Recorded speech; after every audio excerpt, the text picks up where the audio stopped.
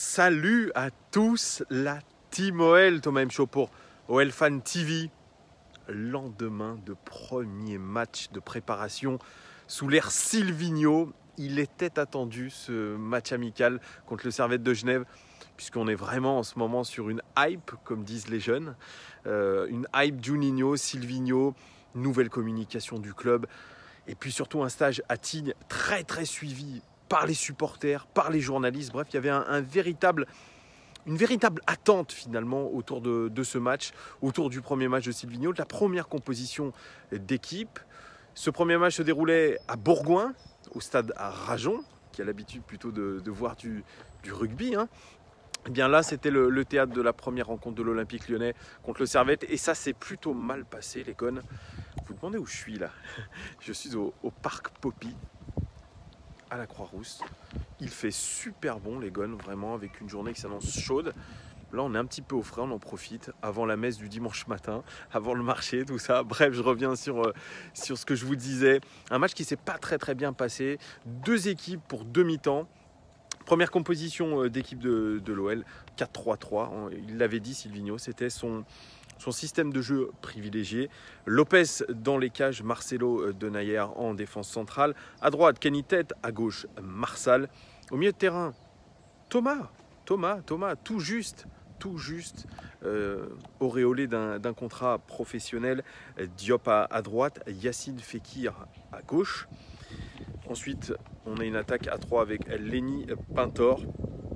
Yann Kitala, on ne s'y attendait pas, moi je m'y attendais pas aussi. Yann Kitala, qui est professionnel depuis je pense 1 an avec l'OL.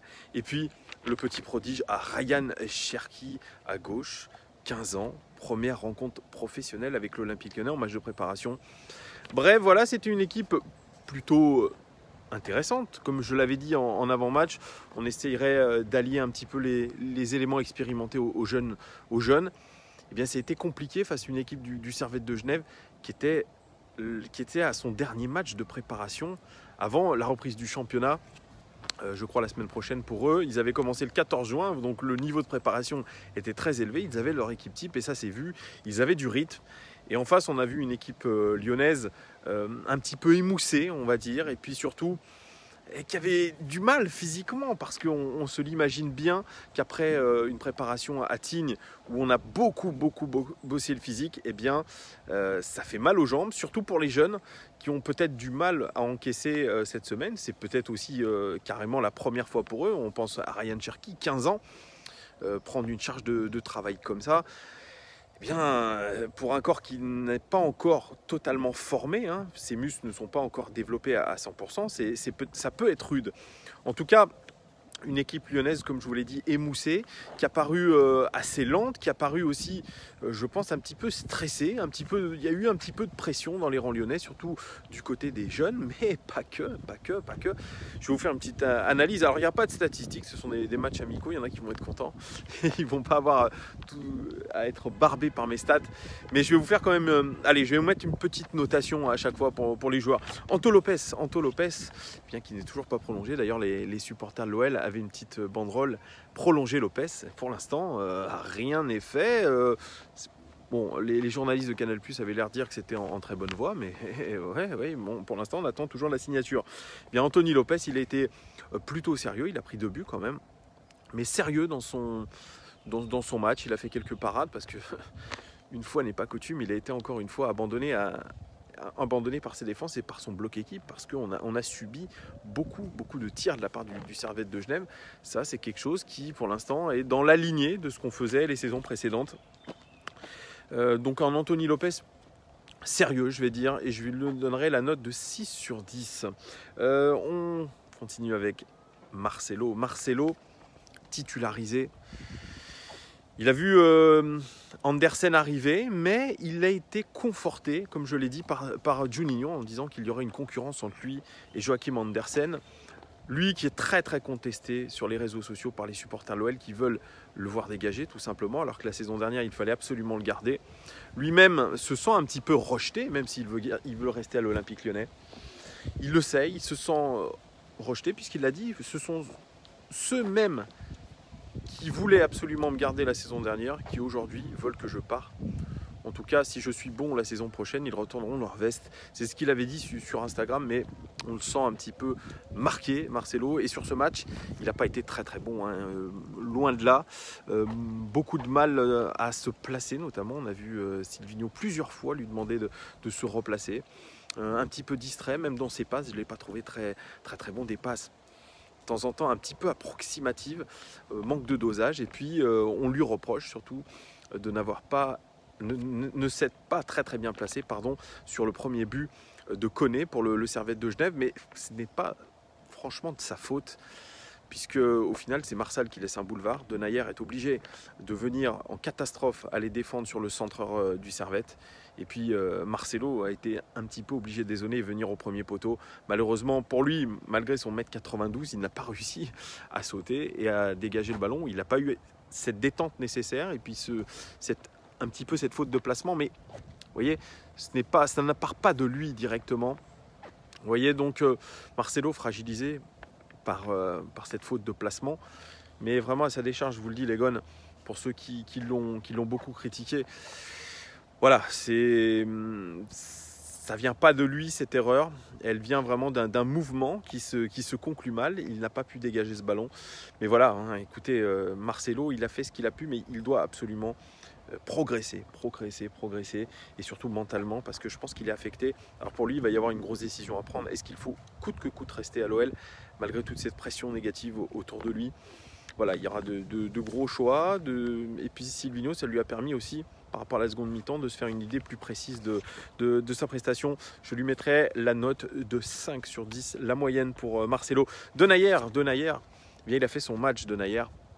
On l'a vu essayer de relancer très proprement. Ça aussi, c'était, je pense, une des consignes de Silvinho, relancer très propre à partir de derrière. On a vu beaucoup Lopez essayer d'écarter sur ses défenseurs centraux, qui eux aussi s'écartent très loin, qui vont quasiment au poteau de corner respectivement. Parce que c'est fait pour vraiment attirer les joueurs, les attaquants adverses, les joueurs offensifs adverses, pour essayer de se libérer des espaces. Et Denayer a pu en profiter de ces espaces-là pour essayer de monter, de relancer. Il a fait un match plutôt correct. Il a été, comme je vous l'ai dit précédemment, obligé d'aller compenser l'erreur de Marsal, parce qu'il y avait un énorme gap entre le Denayer et Marsal, qui a permis ce jeu en triangle du Servette, très bien exploité d'ailleurs. Et malheureusement, il n'a pas pu tacler et dégager le ballon. Mais un match correct, une première mi-temps correcte pour un joueur qui revient de blessure, hein, Denayer, qui était blessé, qui s'est fait opérer. Ça a l'air d'aller mieux, mais moi je l'ai trouvé plutôt bon à la relance. Il est dans son registre habituel, donc plutôt pas mal. Allez, je lui mettrai 6,5 sur 10. On continue avec Kenny Tete. Kenny Tete, à part sa barre transversale sur une très belle passe de Ryan Cherki, moi je l'ai trouvé en dedans, que ce soit défensivement ou offensivement. Je ne l'ai pas trouvé dans le bon tempo, Kenny Tete.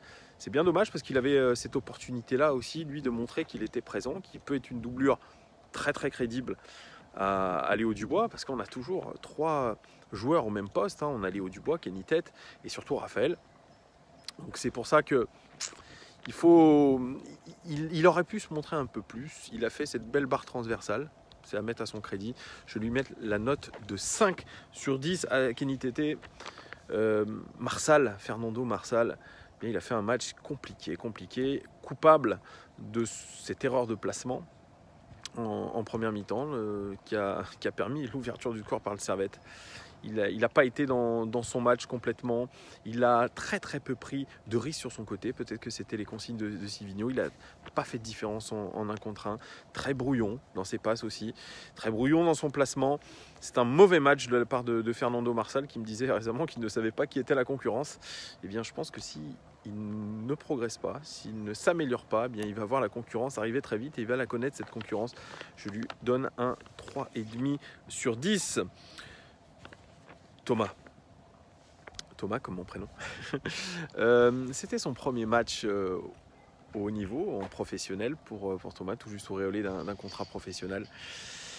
Il a été placé en sentinelle et il a eu beaucoup de difficultés à se mettre dedans. Je pense que c'était mental. La charge émotionnelle était trop compliquée pour lui aujourd'hui. enfin hier plutôt. Il a eu vraiment du mal à se mettre dedans, à récupérer les ballons, à faire les bons choix, à faire les bonnes passes. Ça a été très compliqué. Il n'a pas du tout été dans le rythme et puis il est coupable d'avoir perdu ce ballon au milieu de terrain qui a provoqué le deuxième but du Servette. Un match à oublier pour lui, mais est-ce qu'il aura d'autres chances de se montrer? Ça, c'est la vraie question. Parce que vous savez, quand vous avez la chance de vous montrer, que vous faites une préparation avec les pros et que vous débutez, il faut tout donner. Et ça passe par un mental d'acier. Ce sont des jeunes joueurs, mais qui prétendent au très haut niveau. Et aujourd'hui, on ne peut pas dire qu'il a été bon. Loin de là. Pourtant, c'est apparemment un joueur qui est fin techniquement, très intelligent. Mais ça ne l'a pas fait contre le Servette de Genève. Je lui mets la note de 3/10. C'est sévère, mais c'est comme ça. Voilà, Pape Cheikh Diop titularisé. Peut-être qu'il rentrera un peu plus dans la rotation cette saison. Pape Cheikh Diop, qu'on annonçait un petit peu aussi sur le départ du retour au Celta Vigo. Mais il a été plutôt bon dans ce qu'il a fait, Pape Cheikh Diop. Du bon et du moins bon, mais assez à l'aise techniquement, avec un bon volume de jeu, avec une relance vers l'avant.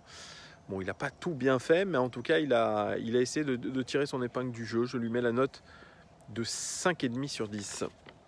Ensuite, Yacine Fekir. Yacine Fekir, bien, son frère est en partance, très probablement pour le Betis Séville, 30 millions d'euros. 30 millions d'euros de transfert, 7 millions de salaire. Il n'est plus dedans, il était soi-disant blessé aux adducteurs, mais je pense que c'est une blessure diplomatique. Et on l'a remplacé par Yacine. Yacine qui devrait aussi partir avec lui, parce que les frères Fekir, c'est un peu comme les frères Bogdanov et tous les autres frères connus, ils font tout ensemble. Et Yacine, c'était peut-être son dernier match à l'OL, et un match très très terne pour lui. Moi, j'ai jamais trouvé ce joueur extraordinaire. Je pense qu'il est surtout à l'Olympique Lyonnais grâce à son frère. Parce qu'il n'a pas vraiment le niveau escompté pour le haut niveau, le très haut niveau. Donc c'est pour ça que j'ai été très déçu de ce qu'il a fait, mais lucide aussi sur sa performance. Il a traversé cette rencontre comme un fantôme. Il a beaucoup dézonné, il a beaucoup bougé, mais rien n'est sorti de ses pieds. Pour moi, il a rien fait, donc je lui mets la note de 2/10. C'est sévère, mais c'est comme ça. Ensuite, Lenny Pintor, c'est un peu la même chose. Lenny Pintor, à part faire crisser les pneus en sortant du centre d'entraînement avec sa Mercedes AMG, alors qu'il n'est que joueur de National 2 de l'Olympique Lyonnais. Je pense qu'il a un petit peu un globe et que lui aussi va devoir progresser, travailler dur, essayer de montrer un petit peu de personnalité, de caractère. Parce que là, il n'en a pas montré du tout. Il était transparent, il a pas du tout pesé sur les débats. Et pour un ailier droit, c'est un peu dommage, parce que c'était à lui aussi de faire quelques percées, essayer de provoquer quelque chose. Et bien non, rien du tout de la part de Lenny Pintor. C'est 2/10 aussi pour lui. Désolé. Yann Kitala titularisé en pointe. Yann Kitala a eu une première mi-temps, enfin 20 premières minutes difficiles, puisqu'il est sorti au bout de 20 minutes, remplacé par Griffith, l'anglais transfuge de Tottenham la saison dernière. Yann Kitala a fait une entrée, enfin 20 minutes catastrophiques. Rien du tout n'allait dans son sens. Il n'a pas du tout pesé sur les débats, il a semblé perdu, il a semblé surtout stressé. Rien à faire, il a été pas très bon. Une meilleure entrée en seconde mi-temps, tout de même, mais un match pauvre pour lui. Moi, je le note à 3,5/10, Yann Kitala. Et Réo Griffith, qu'on a vu un petit peu.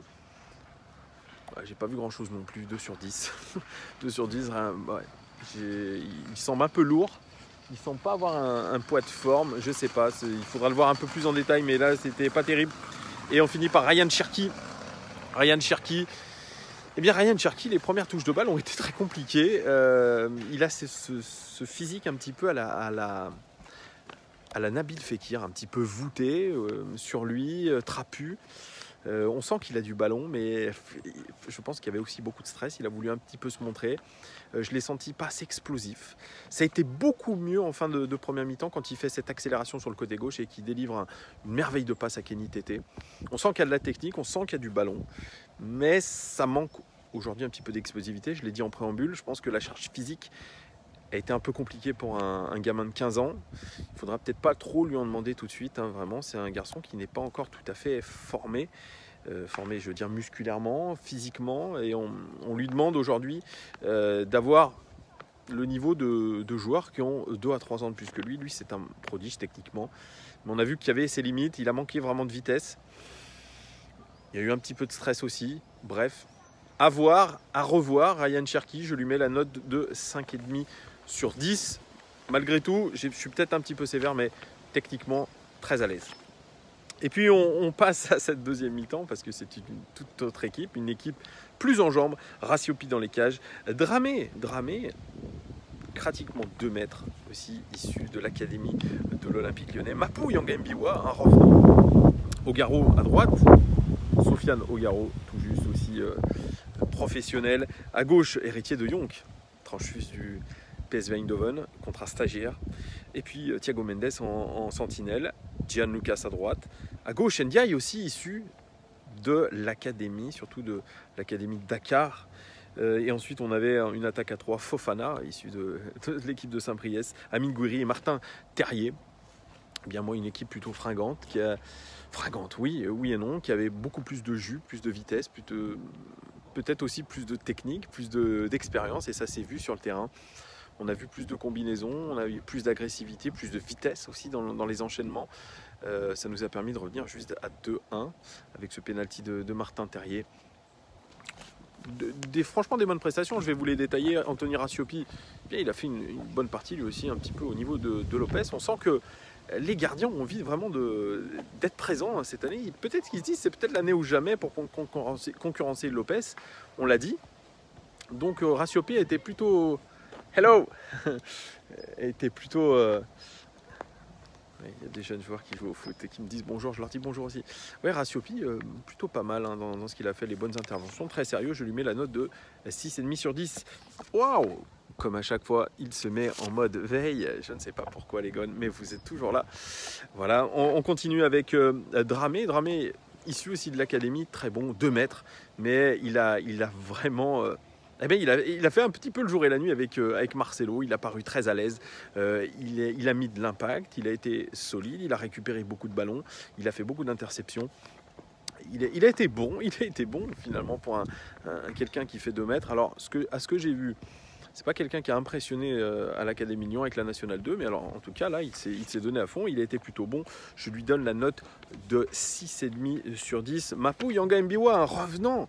Eh bien, Mapou a été plutôt bon, très sérieux, en jambes. On sent qu'il a une motivation énorme, qu'il a peut-être aussi sa chance de rentrer dans la rotation avec Silvinho. Moi, je l'ai trouvé très très intéressant, Mapou, serein, il n'a pas du tout fait d'erreur, il a bien relancé, il a bien couvert. Pas mal du tout aussi, Mapou. Et je lui mets un 7 sur 10 d'encouragement, parce qu'il était vraiment quasi fringant. Ouais. Sofiane Ogaro qui a joué défenseur latéral droit, ce n'est pas son poste, il est plutôt milieu offensif, plutôt numéro 10, voire peut-être relayeur aussi. Il a joué latéral droit et il a été plutôt bon, Sofiane Ogaro. Lui qui a été blessé au ligament croisé il n'y a pas si longtemps, eh bien, il a fait une rencontre très sérieuse. On sentait qu'il avait beaucoup d'envie, beaucoup de motivation pour essayer de faire les choses bien. Bon, il n'a pas tout fait bien, il a un peu laissé de l'espace dans son dos, mais ce qu'il a fait, notamment avec Fofana et Lucas sur des triangles, il était très très intéressant. Ogaro, j'ai bien aimé ce joueur qui montre qu'il peut être polyvalent et qu'il pourrait saisir sa chance. Bon, malgré tout, le poste de latéral droit, il est un peu fourni, comme je vous l'ai dit, mais en tout cas, bien. Je lui mets la note de 6,5 sur 10 à Ogaro. De Jong, héritier de Jong, que je vous avais présenté, très très fort techniquement, très explosif, qui a été, je crois, l'un des meilleurs lors du stage à Tignes pour tout ce qui était endurance. Et hérité de Jong, il a eu un peu le stress et je pense qu'il n'a pas fait le match qu'il voulait, enfin la mi-temps qu'il voulait. Il a été brouillon, souvent brouillon, un petit peu à court de jus. Alors peut-être qu'aussi c'est le poids de la préparation. Je l'ai senti un peu perdu aussi sur son côté gauche. Lui, il va falloir aussi qu'il progresse. Il a une vraie carte à jouer dans les prochaines années au poste de latéral gauche, mais il va falloir vraiment qu'il se développe lui aussi. Match très moyen de sa part. Je lui mets la note de 4,5 sur 10. Ensuite, milieu de terrain sentinelle, Thiago Mendes. Thiago Mendes, il a montré une infime partie de son talent. Il n'a pas joué... il n'a pas appuyé beaucoup sur la pédale d'accélérateur, mais tout ce qu'il a fait, il l'a fait bien, il l'a fait d'une manière décontractée. Il a très bien relancé vers l'avant, on sent qu'il est très fin techniquement, mais qu'il lui reste beaucoup sous la pédale et qu'il a joué plutôt décontracté. Thiago Mendes, lui aussi va monter en puissance, c'est évident. En tout cas, ce qu'il a montré, c'est joli techniquement. Voilà, c'est à l'aise. Il n'a pas semblé en vraie difficulté, mais ça va monter en puissance, vous inquiétez pas. Je lui mets la note de 5,5 sur 10, puisque je suis un petit peu sévère avec lui. Quand même, c'était le dépositaire du jeu de Lille la saison dernière. Et il va monter en puissance, bien évidemment. À droite, Gianluca. Eh bien, on a vu un joueur élégant. On a vu un joueur très, très intéressant techniquement. On a vu un joueur qui avait beaucoup de volume de jeu, avec l'envie de se projeter vers l'avant, de jouer en triangle, de faire les choses bien, et il les a faites très bien. Il a eu d'ailleurs les louanges de Silvino, qui a vu un joueur plutôt pas mal. Alors ce n'est qu'un premier match de préparation, bien évidemment, ce ne sont que 45 minutes, mais 45 bonnes premières minutes, une bonne première impression pour Gianluca. Je pense qu'il a ravi plus d'un téléspectateur et un supporter. Et hier, il était pas mal du tout. Je lui mets la note de 7 sur 10, très très encourageant pour Gianluca. Et puis à gauche, il y avait Ndiaye. Ndiaye, issu de l'académie de l'Olympique Lyonnais, issu de l'académie de Dakar aussi. Eh bien, franchement, très à l'aise techniquement, une vraie petite surprise. Un joueur présent qui n'avait pas l'air d'avoir la pression, très fin techniquement, toujours disponible entre les lignes. Moi, j'ai vu un super joueur, vraiment. Vraiment, j'ai été bluffé par sa prestation. C'est pour moi l'un des meilleurs jeunes qui a débuté hier. Ça promet, pourquoi pas lui aussi le faire rentrer dans une rotation. Ça sera vraiment à se poser les questions après la fin de la préparation. Ce n'est qu'un premier match, je le répète une énième fois, mais voilà, très très bon match de 45 minutes de sa part. Je lui mets la note de 7,5 sur 10, très très encourageant pour Ndiaye. On continue avec Boubacar Fofana. Fofana a titularisé sur la deuxième mi-temps sur l'aile droite. Pareil, super surprise ça.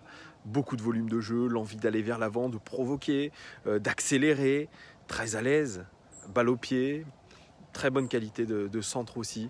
Boubacar Fofana, c'est une bonne révélation. C'est un joueur qui vient de Saint-Priest, qui a été tout de suite verrouillé par l'OL, je crois en milieu de saison dernière.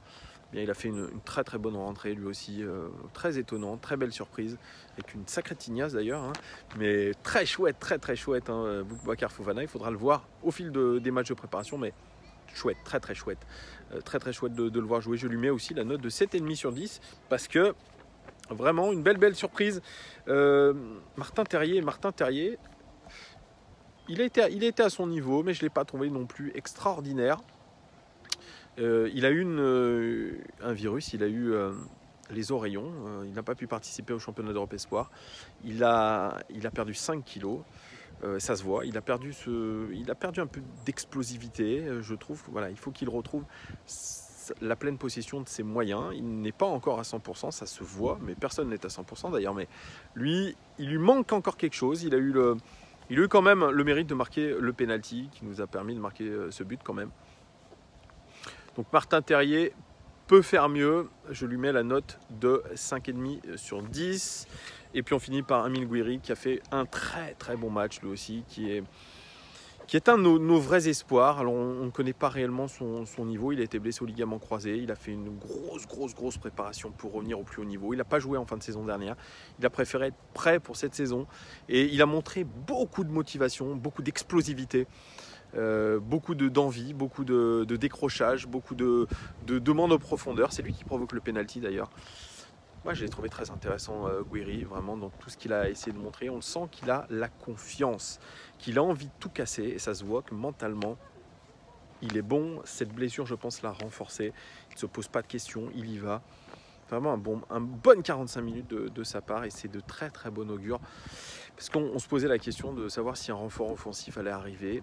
Là, s'il continue sur cette lancée, sur les matchs de préparation, il peut vraiment montrer qu'il a toute sa place dans la rotation et qu'on pourra compter sur lui. En tout cas, c'est un très bon premier match. Je lui mets la note de 8 sur 10. Pour moi, c'était celui qui était l'un des plus impressionnants hier. 8 sur 10, c'est très encourageant et c'est très bon.